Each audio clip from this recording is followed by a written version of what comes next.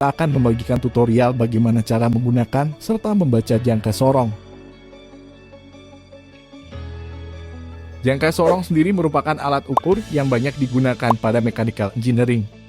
Alat ini memang mirip seperti penggaris, namun akurasi pengukurannya sangat tinggi. Hal itu disebabkan karena jangka sorong mampu mengukur benda dengan ketelitian 0,02 mm. Dalam dunia teknis, jangka sorong memang bukan yang paling akurat, karena masih ada mikrometer yang tingkat ketelitiannya mencapai 0,01 mm. Namun jangka sorong bisa digunakan untuk mengukur 3 jenis pengukuran sekaligus. Alat ini bisa mengukur ketebalan atau diameter luar. Jangka sorong juga bisa mengukur lebar celah atau diameter dalam. Dan alat ini juga bisa mengukur kedalaman suatu celah. Jadi, hanya dengan satu alat ini kita bisa mengukur lebih banyak benda kerja.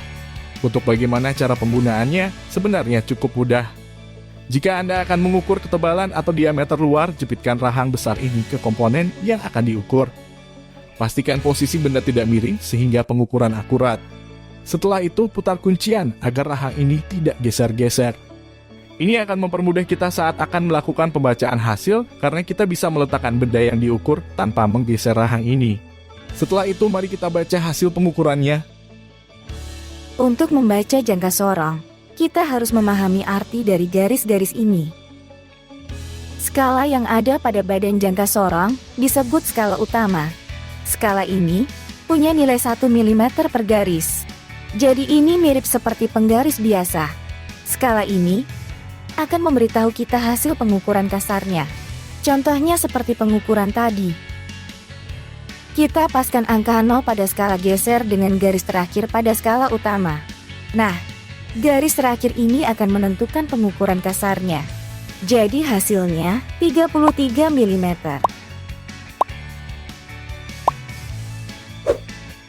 Untuk skala geser yang ada di bawah, digunakan untuk menentukan nilai halusnya atau nilai komanya. Nah, berbeda dengan skala utama, skala geser ini punya nilai 0,02 mm tiap garisnya. Untuk mencari nilainya, dibutuhkan sedikit ketelitian. Pasalnya, kita harus mencari garis yang menyambung antara skala utama dan skala geser. Garis ini akan menunjukkan berapa nilai komanya. Jadi tinggal hitung saja. Ini 5 plus 1 strip.